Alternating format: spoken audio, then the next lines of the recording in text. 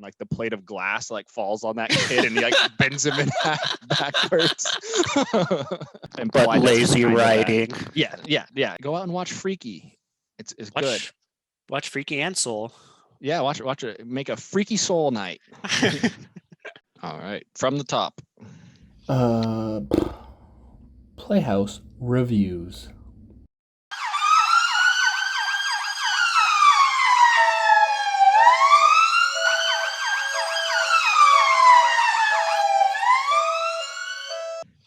So, James, did you watch anything exciting this week you want to mention real quick?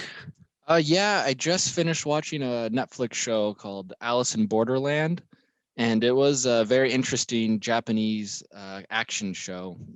The premise is this group of 3 friends in Tokyo, they get teleported to like an alternate reality, which is basically still Tokyo, but there's no people in it. And they're forced to play these crazy games in order to earn points and survive. So if basically every day your points go down and down, so you have to play these games to earn points to survive longer. But it was a very, very well done show that it was pretty enjoyable and heartfelt at times. Yeah, I watched that one too, and I did feel like it being kind of like a silly premise. And I know Japanese shows can really go off the rails towards the end. It was actually surprisingly emotional. There were a lot of like really sad part, and I was really rooting for the characters, which is a lot different than a lot of the Tokyo Vampire Hotel type shows I've watched. Oh, yeah, Tokyo Vampire Hotel was good, but in a very different way. Yeah. Yeah, I was surprised at how thought out all the characters were, and I liked how the main premise is basically about the friendship dynamic and they're just a good friendship message instead of just typical romance and stuff. Anyway, what did you watch this week? So I watched 3 movies, and they all happen to just be strong female lead movies. So I watched Pieces of a Woman, Promising Young Woman, and Enola Holmes.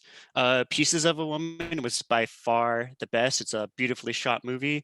Promising Young Woman, I felt like kind of fell short. And then Enola Holmes was fine, but I felt like it was kind of an advanced episode of Dora the Explorer. I mean, the Dora the Explorer live action movie was pretty good, though.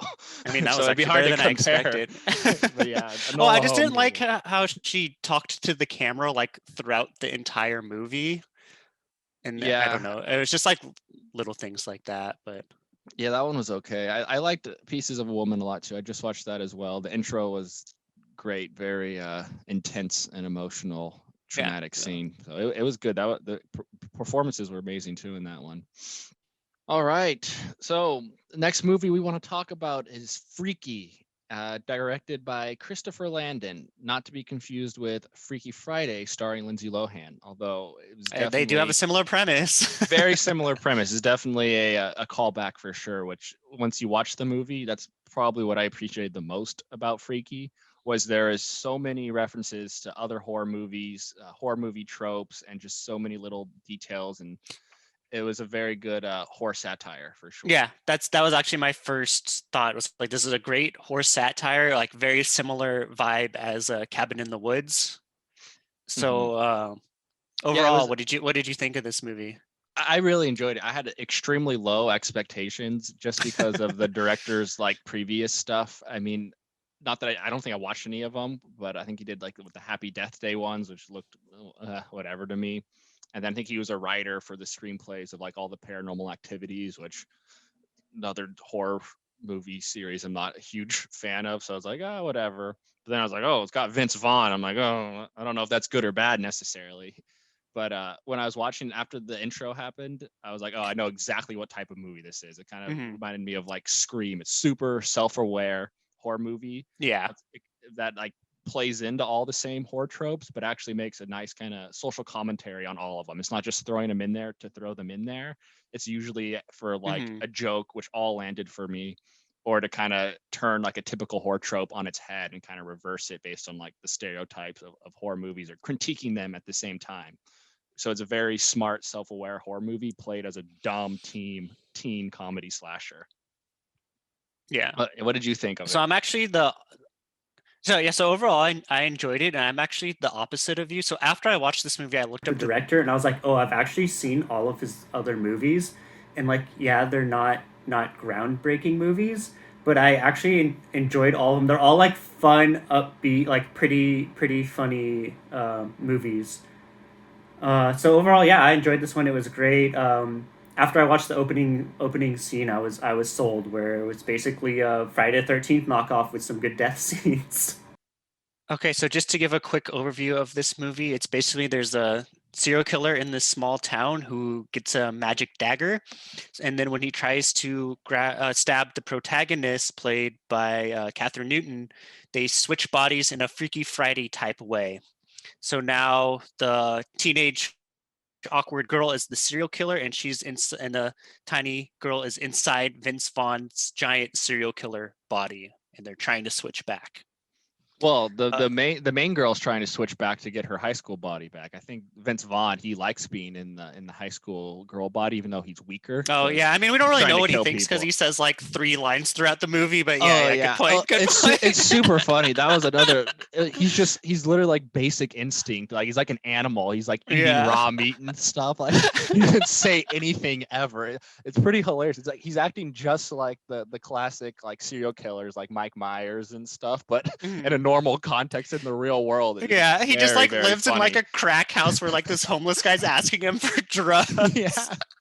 No, some of those jokes like work. Like that was pretty funny, but then there are some that are a little too like raunchy or I guess lowbrow, which I think are funny, but I don't know. It's like the guy's like, oh, like they kind of play up the jokes, and the homeless guy's like, oh, I'll suck your dick for money. And it's like, is that really necessary? Like it's already pretty funny, but then they always take it a little bit more farther than it needs to. But I still think most of the jokes work really well. Yeah, I feel like I liked the humor because it kind of had a little bit of everything. There were a lot of like in your face, like normal Hollywood humor. There were a lot of like raunchy jokes, but then there were even a lot of like really subtle things. One of my favorite things was when the gay best friend was looking at Tinder and he's like, oh, there's no gay guys except for like the mailman, and it showed his Tinder profile and it just said like I deliver. And I thought that was so funny that like the mailman Tinder profile just said I deliver. Oh yeah, there's just so many. It's very stupid humor, but it's so funny. I feel like I haven't seen a good like teen comedy that's just consistent jokes throughout the whole movie. Like even when like they're running in the kitchen and like fighting, it's just the little things. Like since the teenage girl is in Vince Vaughn's body, just watching Vince Vaughn run, I was cracking up every time. He's just kind of like flailing around. He's like 6'5". He's just a huge guy. It's just so silly, and like the things are so drawn out too. Like he's chasing his friends, and like they think he's actually a serial killer. It's not like they don't know it's the main girl. And so he's just like they're running through the kitchen, and like they're going to like the school kitchen, so the friends are like scared and they're trying to like throw plates and like food at him and stuff. And it's not just like a short scene of like 30 seconds, like 4 minutes of them just throwing random objects. It just goes on and on. It was so good. I like that scene too because whenever Vince Vaughn tries to like defend himself and he like pushes his friends, they just like go flying across the room and they're like slamming into things. He even like kicks the girl once and she just like smashes into the wall. Yeah, because he has like super like serial killer strength, like in all the like classic horror movies again. It's just it takes those ideas from classic horror movies that makes them very comedic by putting them in like a teen setting like this. So it was really well done. It was a very fun movie. Well, Which I was not expecting. The movie, like it plays it like it's grounded, like in reality, but then there are a lot of like super ridiculous things. My favorite death scene is when they're chasing like the bully girl, and then the gossip girl or whatever. Yeah, the like gossip girl with the dumb name. I think her name's like Ryler in the movie. But he tricks her into getting her to go by herself, but then he puts her like in a cryo chamber and freezes her. Like, why is that odd? Like the high school grounds have this chamber that can freeze people to death. It like shows the temperature and it's like negative 500 degrees. Yeah. It was when I was watching that, I thought it was like a tanning bed or something, or like a sauna. Yeah. And I was like, oh, it's the classic. She's going to get like burned alive or cooked or something. But when she's frozen, it was just not expected at all. Yeah, I was like, damn, this school must have a really high science budget. Yeah. And then it was also fun. Like it plays into like the classic, like the main girls of it. It's kind of the typical like coming of age. It even plays into like the like Mean Girls kind of, or like Heather's plot of like the main girl who's kind of a loser, or like outsider, who's bullied, and then it's her kind of becoming cool or popular, in this case getting her confidence, because in this movie a serial killer takes over her body. So now she's all like cool and everyone's like, ooh, something's changed in her. But I feel like it works both ways because like the serial killer is in her body. So she like dresses really nice now and she sees herself and she's like, oh, if I dress like that, I'll look good too. But then it works the other way also because she's in Vince Vaughn's body. So now she's able to stand up to the bullies. And like at one point she grabs a jock and just like, don't ever bully what's her name again. And like, so it works both ways. They did a really good job with that. Yeah, that scene where she's bullying the jock because like he's being mean to her or yelling, and then she like picks him up and like slams him against the wall, and then he's just like freaking out, scared, and then he just pees himself, and then she's Yeah. like, oh no, like it goes a little too far, but it's really funny. It always kind of does. It's very consistently going too far in it, and then yeah, there's so many tropes, like all of the like not just horror movie tropes, but the teen tropes as well as like all the jocks are just super mean and awful. Like they're all just terrible. Or like the shop teacher is like picking on the girl for being late and like making her present and is just super mean and like mocking her throughout. And then all of the characters who are mean like that just get murdered so violently throughout the movie. Well, yeah, that's what I really liked about this movie is you can tell that the director is like a huge fan of horror movies. So he like knows his stuff and he just kind of made his own like unique style of horror comedy. And his other movies are like very similar style to this one where they're all horror comedies, but I definitely feel like this one was the best of the ones that I've seen. Yeah, and there's just a lot of attention to detail for like a comedy movie that's so silly. There's a lot of details in it that go a long way, like just subtle things. Like it was very noticeable at the beginning of the movie, like the opening scene as well as the first scene where she's like having breakfast in her house before they switch bodies. But like the soundtrack was so on point. Like when they're walking, it's playing like the really kind of creepy, like ambiguous movie. Then when someone gets stabbed, it's like the loud banging.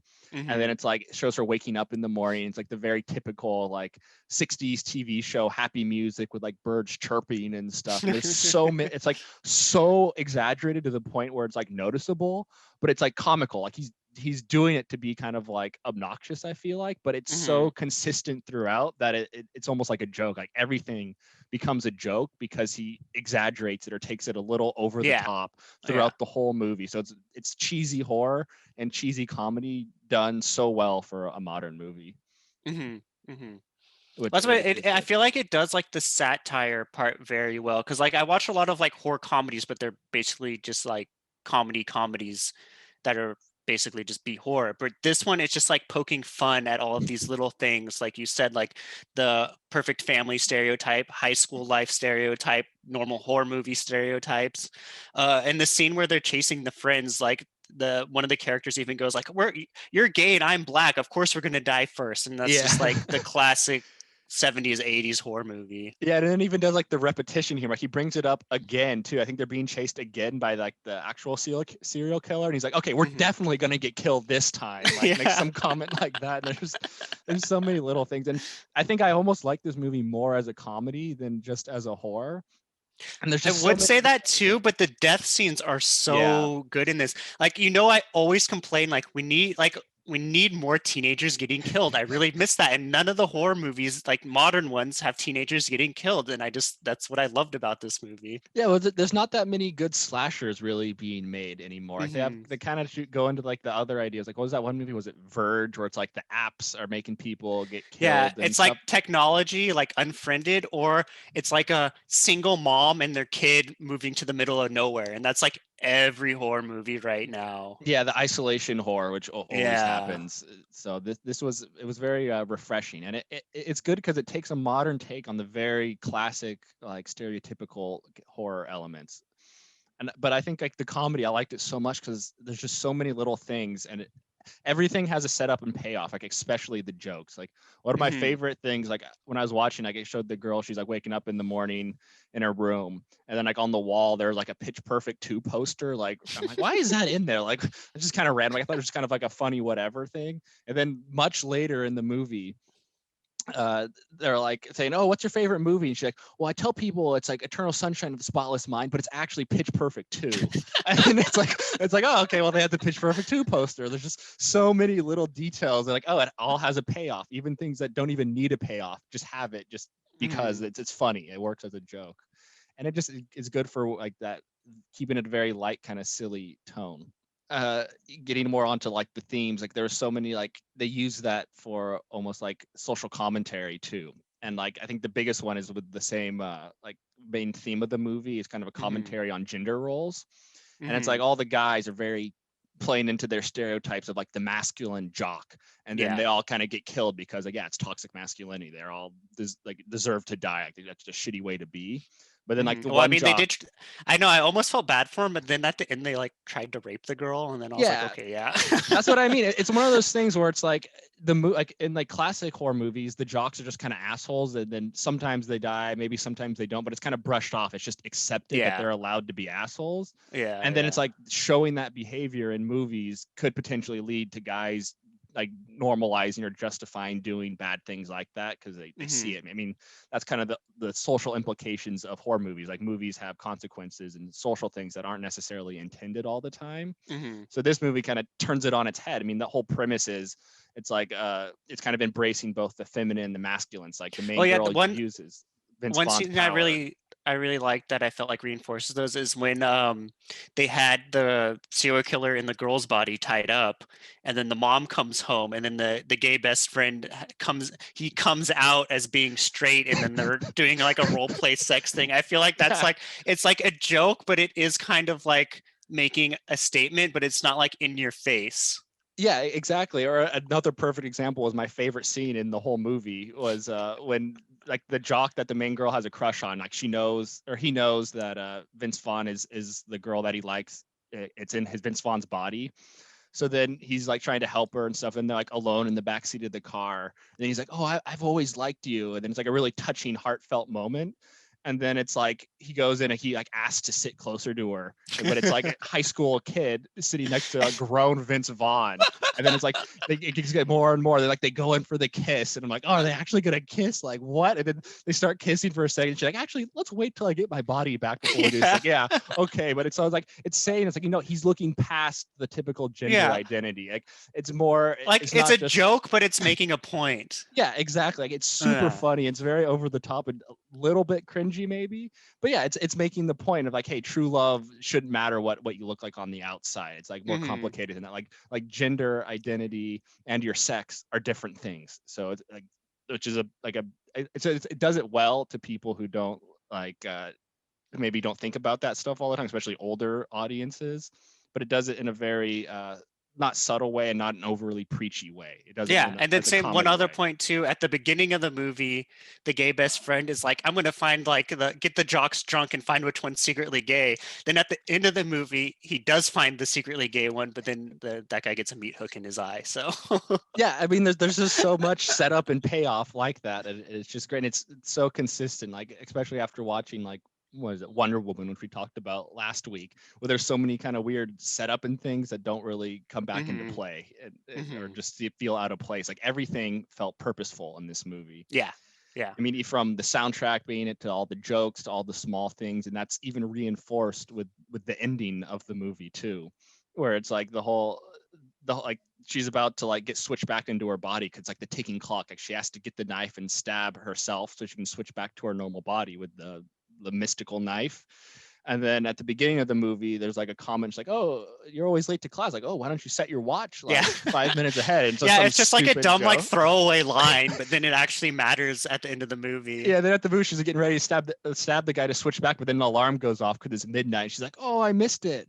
And then it has a flashback, like a very obvious, like cheesy flashback to the kid saying that dumb throwaway line. And she's like, "Oh, like the aha moment," and then goes ahead. Yeah. It was very funny. Well, it's like one of those things too. Like I wouldn't count on my watch to be 100% accurate. And she's like about to stab him, and he stops. And he's like, "Why is she stopping? Like this guy's a serial killer, anyways. Just stab him." Yeah, there's just so many funny things like that. And yeah. So as a comedy, it was great. And then enough people were dying, high body count, pretty suspenseful at times too. Interesting environments, like even goes into the classic horror environment of like the kind of neon lit like golf course, or they put like the mini golf course, and it's all like the cool lighting and stuff. There's just so many head nods and horror tropes, but it works really well with the tone of the movie. And then even besides just the the horror tropes unless you had more you wanted to touch on there. I was just gonna go into the cast real quick. I feel like Vince Vaughn was great. I feel like it's been a while since he's done like a comedy like this. And I wanted to say he was almost as good as Jack Black in Jumanji playing a teenage girl. Oh yeah, Um, it did remind me of that. yeah. But Jack Black's not nearly as menacing as Vince Vaughn, so I don't think he would have fit in this role. And then Catherine Newton, I haven't seen her in much, but she was much better in this than she was in Detective Pikachu. I just have that to say. Yeah, Detective Pikachu. That was a very forgettable kids. I don't even remember what happens in that movie. Well, I mean her performance, I think it was supposed to be cringy in that, but it was like unbelievably cringy in that. Like, yeah, this movie is kind of cringe humor. It's not even cringe humor. There's some of it, but it's done very. But it's very like on well. purpose, though. Yeah. I feel like in Detective Pikachu, it wasn't on purpose. Yeah, I feel like in Detective Pikachu, it's just them like an older writer trying to use like internet humor to appeal to younger audiences without actually understanding internet humor at all. Yeah, and then the comparison to Jumanji though, Jack Black was. I mean, I feel like it's very, very similar. They're both like started off as comedians. I know Jack Black's done a couple more serious movies, but like he won't get far on foot. He was great in that, even though it's a very small role. yeah, exactly. But yeah, it just reminded me of that. These older, overweight comedians playing teenage girls is a trend I can get behind. Yeah, again, Vince Vaughn running would just crack me up every time. But yeah, then besides just the jokes, I mean, from a technical standpoint, I think the movie was very well shot too. There are some scenes that looked really, really nice. Like it was just small little details again, like the first scene where it's in the woodshop class, like the transition. It's like a jock looking through a window, very close zoom, and then it zooms out, and then like it shows the window is actually like, oh, it's just a woodshop house, and then behind the jock's head who's looking through the window, it looked like a nice like sunset or something. But it was actually just like a picture on the wall, and they're just in the woodshop class. And there's just lots of kind of longer scenes that are a little bit more technical that go a long way. You're like, oh, that's a nice little touch. Or when so for the director, I've watched all of his other movies, and I feel like each time they do get better and better. Happy Death Day to You was his first one, which was like a fun movie, but a very forgettable. Then Boy Scout's Guide to the Zombie Apocalypse, I enjoyed that one, but not nearly as much as this one that is most recent. So I hope that he keeps making movies and they just get better and better. Yeah, I think that I kind of wanted to watch his other ones too after watching this one because I enjoyed it so much. And I was when I saw the intro to the movie, it was like, oh, Blumhouse. I was very worried. I was like, oh, this is going to be a pile of garbage probably. But then I was pleasantly surprised. So I guess Blumhouse appreciates horror of all areas, not just crappy ones. I mean, I think Jason Blum will just take anything. So he's bound to get a few good ones in there. Yeah, he just produce anything he can get his hands on. But another scene I really appreciated was the first scene where Vince Vaughn's in the high school girl's body, and she's going back to he's going back to the high school. And then it's kind of like all the cheerleaders are at the front of the high school and they're like jumping, doing spins and stuff. All the kids are going into class. It's like slow motion confetti playing. It's like kind of a classic, like more of an old school song playing, like a pop song. Then when she gets into this school, I think it has like a whole like camera flip it does, some kind of weird slow motion long take. And then when it gets into the school, it cuts to a more modern, harder song. And it really kind of showed that transition of how people were perceiving her as kind of like, oh, she was kind of the weird, quiet outsider who didn't dress that well, kind of like typical old school type girl. And then now she's the cool person. And well, the bullies in this movie constantly commented on how bad she dressed. So it was like it made it so you notice it.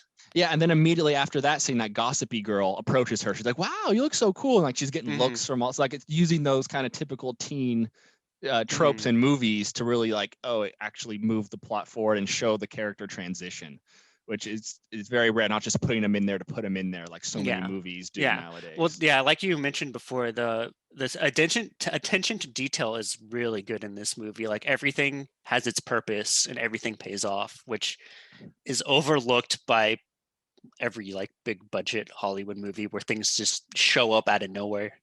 Yeah, like again, back to Wonder Woman 1984. They put 1984 in the title, but that has no point to the movie. Like there's no Yeah. reason it has to take place in the 80s. It could take place in any time period and the plot would be exactly the same. It doesn't add anything other than haha, cool second intro to a movie that's in the mall in the 80s. It's kind of Yeah. 80s style, but even that's Well, a then too, like the stretch. golden armor, Chris Pine's like, oh, what's that? Oh, that's my gold armor that some random person gave to me. Then she wears it at the end and it doesn't do anything. And then, oh, it's actually just so they can do a post-credit scene that no one cares about. Yeah, they just put things in there for like universe building type things versus, oh, does this make sense to the plot? No, just throw it in anyway. But yeah, it was just nice to see a director put so much time into the details of the both visually, to details in the comedy, details in the script, details to the plot, really for all the things, and everything seems purposeful in this movie. Yeah. Yeah, and then even the themes. I mean, the themes weren't super strong in this movie. It's definitely more of commentary on horror movies itself. I think that's kind of the bigger point, but it does kind of touch on those like gender role identities. I mean, the whole premise is switching bodies, like a boy and a girl, kind of like the hot chick. But this movie does it much better than that Rob Schneider movie. Well, I mean, that's the thing. The themes are there, but they don't beat them over their head. It's just like subtle and done well. Like at the end, she tells her mom that she's wants to go to a different city for college. The mom accepts that her daughter is growing up, and it's not like in your face. There's just like a bit of setup at the beginning, a couple scenes in the middle, and then it pays off at the end. Yeah, and I feel like that's all you need to do. It's better to keep things simple and not have a million things going on, and then they just don't tie together at all, like Wonder Woman. Yeah, or instead of explaining the plot to you, they just show it. It's like, oh, like the setup and payoff again. It's like at the beginning of the movie that shows like the empty wine bottle in the trash. And then later in the movie, the main girl gets stabbed by Vince Vaughn the first time because the mom's drunk and forgets to pick her up at school. So it's like very, it shows it. You don't really need to say it necessarily. Like I think the older sister gives the mom a look and it's implied. You don't need to overly explain every detail of it. They definitely could have gone that way too, because at the end of the movie, Vince Vaughn, when he's back in his normal body, he's like, oh, I felt all of your anxiety, et cetera, like you're never going to be anything. And then she's like, I learned something in your body too. And then it could have been a long Wonder Woman speech that doesn't make any sense, but the message actually was that it hurts to get kicked in the balls, and she kicks him in the balls. Yeah, exactly. They play it as a joke. There's no need, like you get that if it's a well-made film. Like, you know that you already know that she learned things that while she was in his body. They don't need to explain it to you again. Yeah, it's like through the movie, it showed her kind of getting her inner strength, becoming empowered, telling the guy how she feels about him, telling her mom that she wants to go to college, learning to kind of stick up for herself because she's bullied. It's like all of those things happen to her through the movie in each scene. They don't need to we don't need a monologue telling us that happened. Yeah, and it's enough for the movie to feel impactful while having jokes at the same point of view. Definitely. Is there any other key parts you want to talk about before we wrap this one up? No, I think we talked about all my favorite parts, but yeah. So overall, would you recommend this movie to anyone? Yeah, I'd recommend this to anyone that's a horror fan. I think this is just like a fun movie. Yeah, I agree. If you like slashers, this is right up your alley. If you like comedy horror, even better. This is probably one of the best horror satires I've seen in a while. Is there any other points you wanted to talk about for this, or should we jump into our second film? I think I'm ready to talk about our next film. We're going to be reviewing Soul, directed by Pete Docter. Before we get started, I have a little story I want to tell. Going into this movie, I knew nothing about it except that it was Pixar and something about jazz. So before watching it, I looked up the cast, and for some reason Google showed Daveed Diggs as the main voice actor. So I was really excited because I love Daveed Diggs. He was great in Blind Spotting and Hamilton. But then when I started watching the movie, I was like, this is not Daveed Diggs. So then after watching the movie, he actually had a very small part in it, and I was kind of sad about that. Yeah, I think if he was the main character, he would have elevated the movie. I mean, Jamie Foxx is fine and all, but he's very like generic. I feel like he's good, like playing like an asshole type character, but other than that, I feel like everything he's been in is kind of forgettable. Yeah, I mean that's kind of how I feel about Tina Fey too. It's like as a voice actress, like I guess it's recognizable for a lot of people, so that's probably why Yeah. they picked her. But it wasn't that interesting or Well, I didn't really remember add when I was anything to the watching character. the movie, they were talking about why she has that voice, and then she was like, "I just wanted an annoying voice because I'm an annoying soul." And I was like, "Well, Tina Fey does fit that." Yeah, yeah. I feel like that was one of those little things that she, as a comedian, they probably had her help write some of the jokes and put in some of those Yeah. that little Yeah. bit of humor. I feel like in comedies now, a lot of movies are trying to do like that free form improvise comedy, but I don't know. For Yeah, a this little bit one, more stream of consciousness or unscripted. But I yeah, think for this, she probably just helped write it. I don't yeah, know. I'm sure. These movies usually have like a dozen writers anyway. So Yeah. let's get started. What were your kind of general overall likes and dislikes of this? So overall, I mean, I appreciated the animation, of course, was beautiful, and the slightly more adult themes that they tried to explore in this one were good. Like the guy going through kind of his crisis of finding his purpose or soul because he's not necessarily happy with his career and just wants to be a musician, and that struggle of kind of finding your fulfillment was a really good idea. And even just touching on it in a kids movie, I thought was good. I mean, probably could have been executed a little bit better, but it is a kids movie, so for like as a kid watching it, I don't think they're going to understand a lot of the stuff going on in it. Yeah. But it's at least it's a little bit of an introduction, kind of encouraging them to explore the things they like and not just do the things that society or their parents or mom want them to. So that overall, after watching it, I enjoyed it. I didn't think too deeply about it after I first finished it, though. Yeah, so that's what I was gonna say. Like my likes were like the character design, the like setting, the music, pretty much everything except for the plot was like very great. The plot was fine, but it's definitely one of those movies where the more you think about it, the more it falls apart. And I know I'm probably going to be saying this a lot this review, but everything is very surface level. Everything is like surface level emotions, surface level conflict, and if you dive any deeper, like everything just falls apart.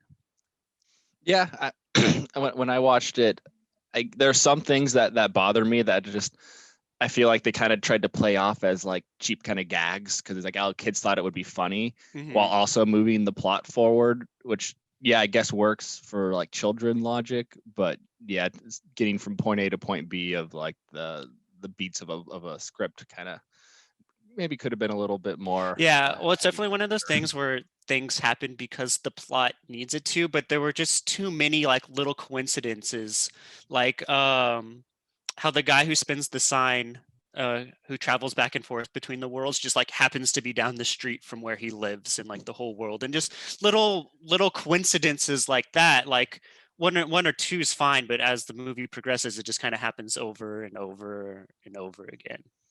Yeah, same kind of problem with Wonder Woman, but this was much better than Wonder Woman still. Yeah, no, this I was think. way more enjoyable. Like I said, it's fine. It's just very surface level. So, quick summary. The plot is Jamie Foxx's character. He's about to get to like his dream opportunity to become to perform with a famous jazz musician. But before he's able to, he dies and goes into the soul world. So he manages to like jump out of death and goes into the place where new souls are. And there's one problem soul that can never come to Earth because you have to get all these little stickers on your badge. So he and the new soul go back to the world, but they switch bodies, and he ends up in a cat body, and the new soul ends up in his body, and they're trying to get back everything right. Yeah, I mean, I think the introduction and the setup of all that was really good. Like I liked him as a teacher kind of going through trying to get that gig, and then he finally does, so he's all excited. And I didn't know that much about the story when I was watching it. So when he did fall like in the sewer and die at the beginning of the movie, I was like, oh wow, what the heck? I wasn't Yeah, I thought that was like that. It felt, yeah, that was so weird watching it like without it, because like all these things are like almost killing him, and then they do kill him. It just was like so out of place, but I mean, I liked it. It was a one of the jokes that landed with me. So Yeah, I think if you did watch the trailers, I'm sure most people did before watching the actual movie, they would know that was coming. So all those little things coming, it's almost like the Final Destination. Yeah, it's like stuff teasing. where, Yeah. it's teasing you. Oh, how great would that have been if instead of it being a kid's movie when he died, it was like in Final Destination 2 when like the plate of glass like falls on that kid and he like bends him in half backwards. But Man, no. that's like the only scene I remember from those movies. That'd be a good podcast going through all 5 or 6 of the Final Destinations. Yeah, I don't even know how many there are. But yeah, it was Okay, good. so let's start peeling back the layers and go into this. So I felt like there were a lot of plot holes and inconsistencies. At the very beginning of the movie, they set up very clear rules that the souls can't go to Earth until they get their badge filled out. And you're not allowed to go back and forth. And then when you die, you have to die. And when you're born, you have to be born. So they set up these very strict rules, but then they're constantly going against them throughout the rest of the movie, where the main conflict is that the soul Tina Fey needs to get that last sticker, but they travel back and forth freely as much as they want. Yeah, it's kind of like assuming, those universal like being things like don't know that there's that like hippie dude on the pirate ship who can like transport people back and forth. Mm-hmm. And so like it kind of works as like, I don't know, like you said, surface level kind of stuff. Yeah. Like if you're not thinking too deeply about it, it's like they can go through. And then I guess it's like in the back of my mind, the justification some people would have is, it's like they go through with like the hippie guy, but that's kind of like cheating. So it's like, that's the wrong way of doing it. So if you think of like, they know they shouldn't. That's never clearly stated. And it's, it's just not. like it's not. The other soul people just kind of ignore that below them there's like this dark world of forgotten souls and like the pirates running around saving people, I guess, where I feel like that should be part of their job. But I mean, that's a lot of the logic of the inner workings of like the universe and those otherworldly beings, they just, I mean, I think it was more for like gags and comic stuff. Like they're kind of funny. Like they got and trick the accountant guy into going and find the lost soul because like 22 wasn't supposed to go down. So they send him and kind of like trick him by like stroking his ego and stuff. And I think they're purposely kind of like playing dumb because they just didn't really seem to care at all. And then even like true. At the end, they just kind of let it go. So I think it was trying to be kind of funny, and that was kind of how they played off these kind of slightly inconsistencies. It's just hard. Those characters, what are Jerry's and Terry's? They are definitely kind of just like comic relief characters. But the fact that they spent so much time like explaining these rules, like you have to have the badge to go to Earth, you have to get all the stickers, and then they immediately go against that, where I feel like that is basically the main conflict of the movie, but they can just resolve that by going to the pirate man. Yeah, and I think part of the problem with this movie is because it's tackling pretty heady ideas, same as like Inside Out. But I think Inside Out did a little bit more visually, which I appreciate. I think that Inside Out I enjoyed much more. Yeah, I think they went a little bit too much with the tell instead of showing. Like with the badge stuff, they had like that class that the soul guy's sitting in as they're explaining it. And it's like maybe instead of like literally having a teacher tell you all the beats of how it works, they could have just shown someone like trying different things, like an example person, like a montage without even having any like narration or dialogue, just showing them collecting all the things. And then they kind of like poof out of the air or something. Everyone's like, what happened? How'd they get to Earth? And then it shows them on Earth, like being born. Like that could have been a very easy, like stork type transition scene from it. But they just kind of explained it that's instead. That's a good point. Yeah, that's the thing too. But they were also purposely ambiguous because it seems like the whole soul world was trying to get rid of 22 because she's so annoying. But then they were purposely ambiguous where the last sticker is like, it doesn't have to be your thing. It's not what your sole purpose is. It's just what sparks you. And that can be anything. They wanted to save that for like a big reveal at the end to prove that Jamie Foxx's character, like, it's not like your purpose of being, it's just your spark. But they could have told 22 that just to get rid of her. Like it. Yeah, get what I'm saying? Like, yeah, no, it kind of goes into the theme of the movie, and like I was going to get into a little bit later, but like the main pirate guy, I feel like he's absolutely given off like Alan Watts vibes, who was just like this Western philosopher in the 70s. And his whole philosophy was like, oh, people spend all their time running around and worrying about what they're doing in life and trying to work and find a career and keep themselves busy. But really the whole point of life is just to live life, like just enjoy it, joy being alive. Like that's his whole message. And I think that's pretty much the theme of the movie. And like they kind of had to like go run around and make all these problems. So I think, I mean, that's loosely what some of his stuff talks about. I think that was the theme they're trying to communicate. But even so, like Alan Watts' philosophy, he's a great speaker and all, but he's just touching upon very surface level, diving surface level into these very deep, like Eastern philosophy ideas. So it's kind of based on like Alan Watts' Western interpretation of like Zen, Buddhism, and all these other religions and stuff, instead of just going really deep into it, because it's a kids movie. You can't go too deep in these complicated ideas. Everything's very surface level. So they probably had to leave it kind of ambiguous in a sense, and then play it off as comedy. They probably same problem that Wonder Woman had. It's kind of a complicated idea, and then as they're making it, like, this is actually kind of hard for kids to follow. Probably let's try to explain it to help them figure it out. But that kind of just made it a little bit more convoluted. Yeah, well, that's why I think like Inside Out was so much better, because it's a very simple story, like a very simple theme where it's like it's okay to be sad sometimes, and you don't need to hide your sadness to like be like strong. And it's very simple, very straightforward, and they did a very good job of showing that theme throughout the movie. And then the main character has like this big realization, and like that's what all the buildup was for. It was for the Joy character to realize that sadness is good sometimes. As where this one, it had a bunch of little moments like that, but then the big moment was kind of disappointing because he finally gets to perform his jazz show. He's like, oh, this is it. Yeah. No, I mean, that scene, actually, I really liked that part where he kind of came to that realization, felt unfulfilled in a sense after doing it. But as to your point, to the rest of the movie, it's like, I guess they're trying to show like how 22 is trying to find her thing. And then like she was looking for the one thing, like how he was looking for his love of music.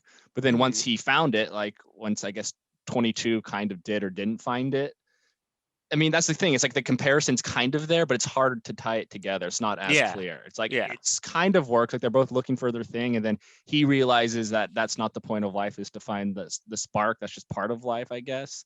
22 never realized it, and so goes on our downward spiral out of control. But it's like, I don't know. It's a little surface level, I guess you could say, like you said. Well, okay. So the best part where it fits, my favorite scene where it fits with the theme, and it's just an all-around good scene, was when he goes to the barber shop, because that is when he realizes, because his whole thing was like, this guy was made to cut hair his whole life, cutting hair, he's so good at cutting hair. And then he realizes like he didn't want to be a barber, he just fell into it, he wanted to do something else. And that was like a really good scene, and it had a lot of characters. It was really well done and reinforced the themes in like a very strong way, I felt. Yeah, no, that was a really good part. And because of that, where he kind of comes to that realization, I thought he was gonna kind of discover, even though he wasn't like a teacher at heart, that wasn't what his purpose was in his mind. I thought he was gonna kind of go back, like, the love of teaching, helping these students, that kind of is another thing that I enjoy, and is another part of life that I enjoy. But they didn't really touch upon that, which they could have done more.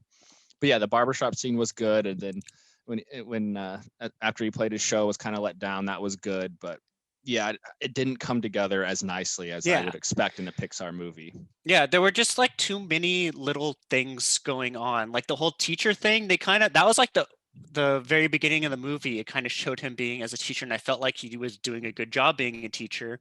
And then they never really bring it up again. And then there's the whole conflict with like him and his mom, and they kind of resolve it, but it just kind of seemed like fluff. Yeah, well, I think with him and his mom, I kind of felt like that too when I was thinking about it at first.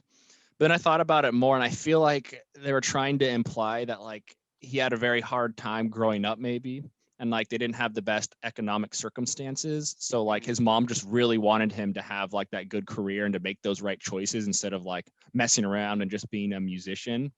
But I don't think they could have got too deep into that idea, because it's a kids movie, and that'd be kind of like sad and a little too heavy, I think.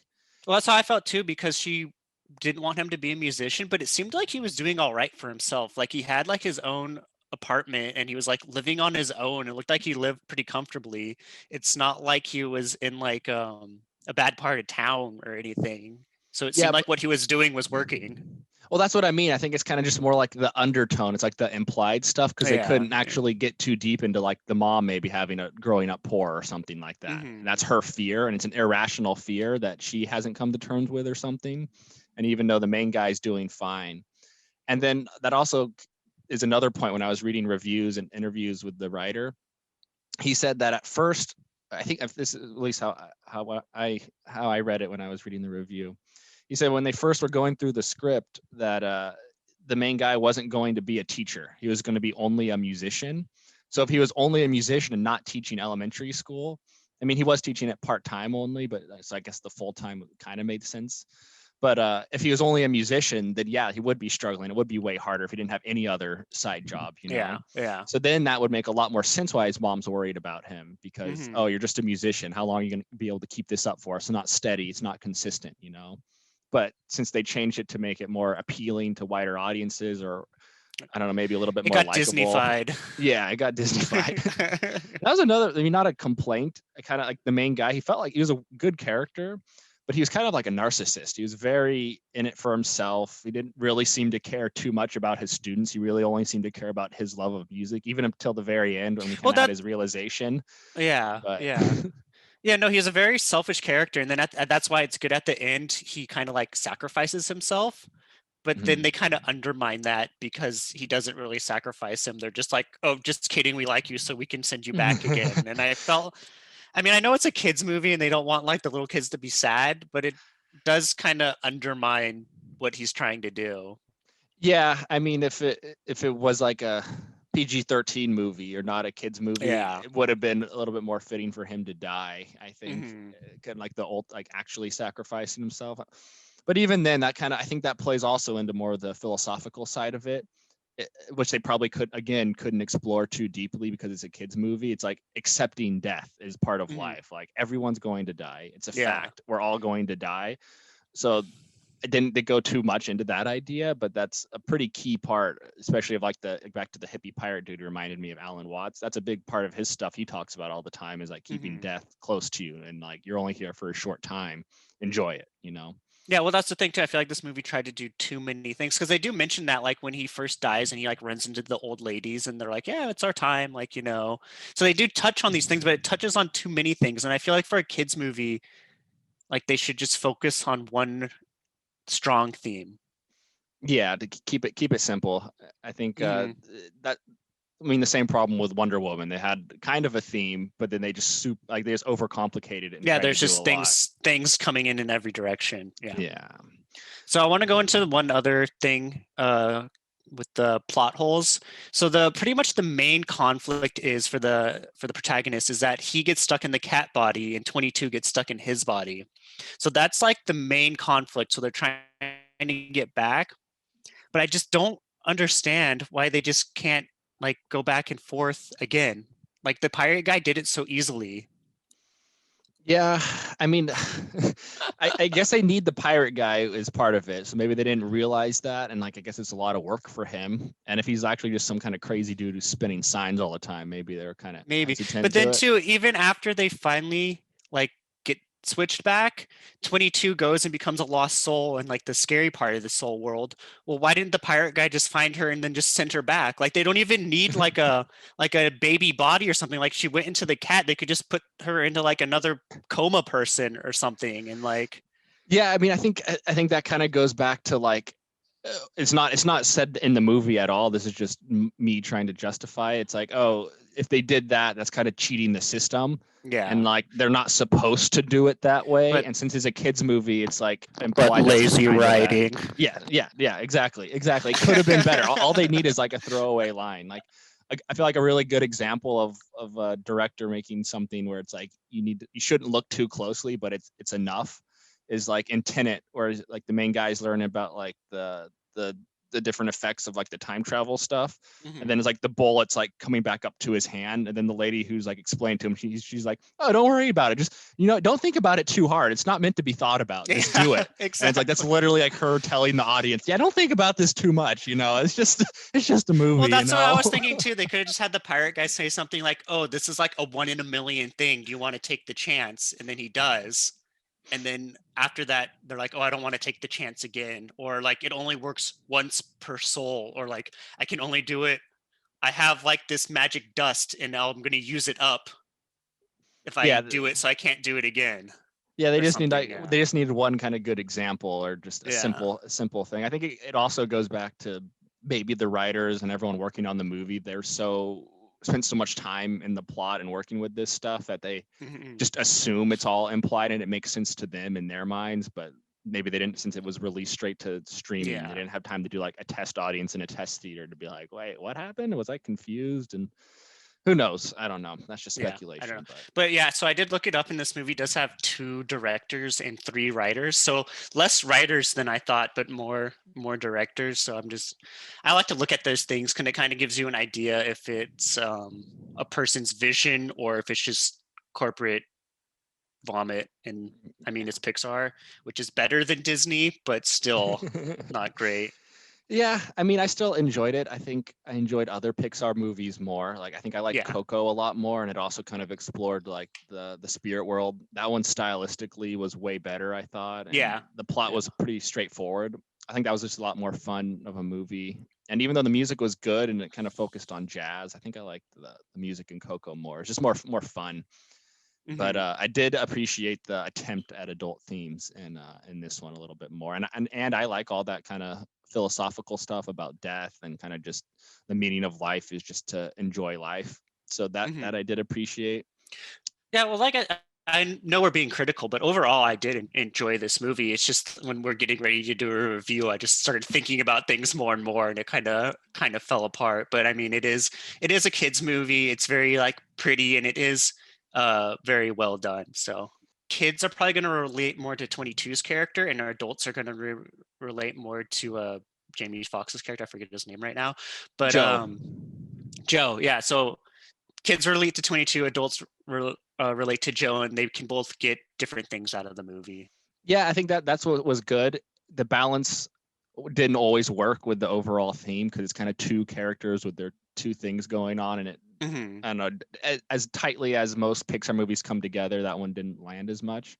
I think about it, overall, it was entertaining, but I did enjoy other Pixar movies more. Like, I think I would much rather recommend like Toy Story 4 to someone. That was the animation and the style I liked more. Coco I enjoyed more. So I think those ones I would say watch before this one. But if you love Pixar, I mean, you kind of know what you're getting. It didn't pull the emotional heartstrings quite as much for me as it normally does in the Pixar movies, but that was my stance. So would you recommend this movie? Yeah, I would. I would recommend it for I guess adults who have kids and they don't like Pixar movies that much because it's not as childish in its themes at times, so they might like it a little bit more. And I think if you're a little kid, this would be a great movie to show your own children because again, of those ideas it explores and the kind of teaching of kids that aren't normally covered in kids movies. Yeah, I would recommend this to anyone who's not a film critic, I think. Yeah, and that's the thing. I think when I first watched it, I think I was like drinking wine or something, and I was like pretty relaxed and like I was going with it. I was like, oh, I mean, when I watch Pixar movies, I don't have the same lens as like if I was watching a different type of art house movie or a drama or something more for adults. I think that's always kind of the problem with kids movies is people say, oh, it's a kids movie, so it gets a pass, but. Well, this movie is just very beautiful, like the spirit world and even the like Jerry and Terry characters, even though they're just like lines, I really like how it looked. And just like at the very simple level, the character design, the backgrounds, the world was very good to look at. Yeah, I mean, for me, even if the plot's completely terrible and doesn't make any sense, just the animation itself is beautiful and awesome to look at. So especially the first few scenes in the non-spirit world, I liked a lot more. It almost looked real, some of the background stuff. I mean, there's obviously a cartoonish like element to the characters. They did a really good job, But yeah, it just looked stunning. I mean, and some of the stuff is great. But yeah, I recommend it for a fun kind of soul a fun kind of Pixar movie. I think you pretty much know what you're getting with Pixar, but Up and Coco, I think, are much better. Yeah, definitely. So go out and watch Freaky. It's good. Watch Freaky and Soul. Yeah, watch it. Make a Freaky Soul night. All right. Until next time. See ya. Bye.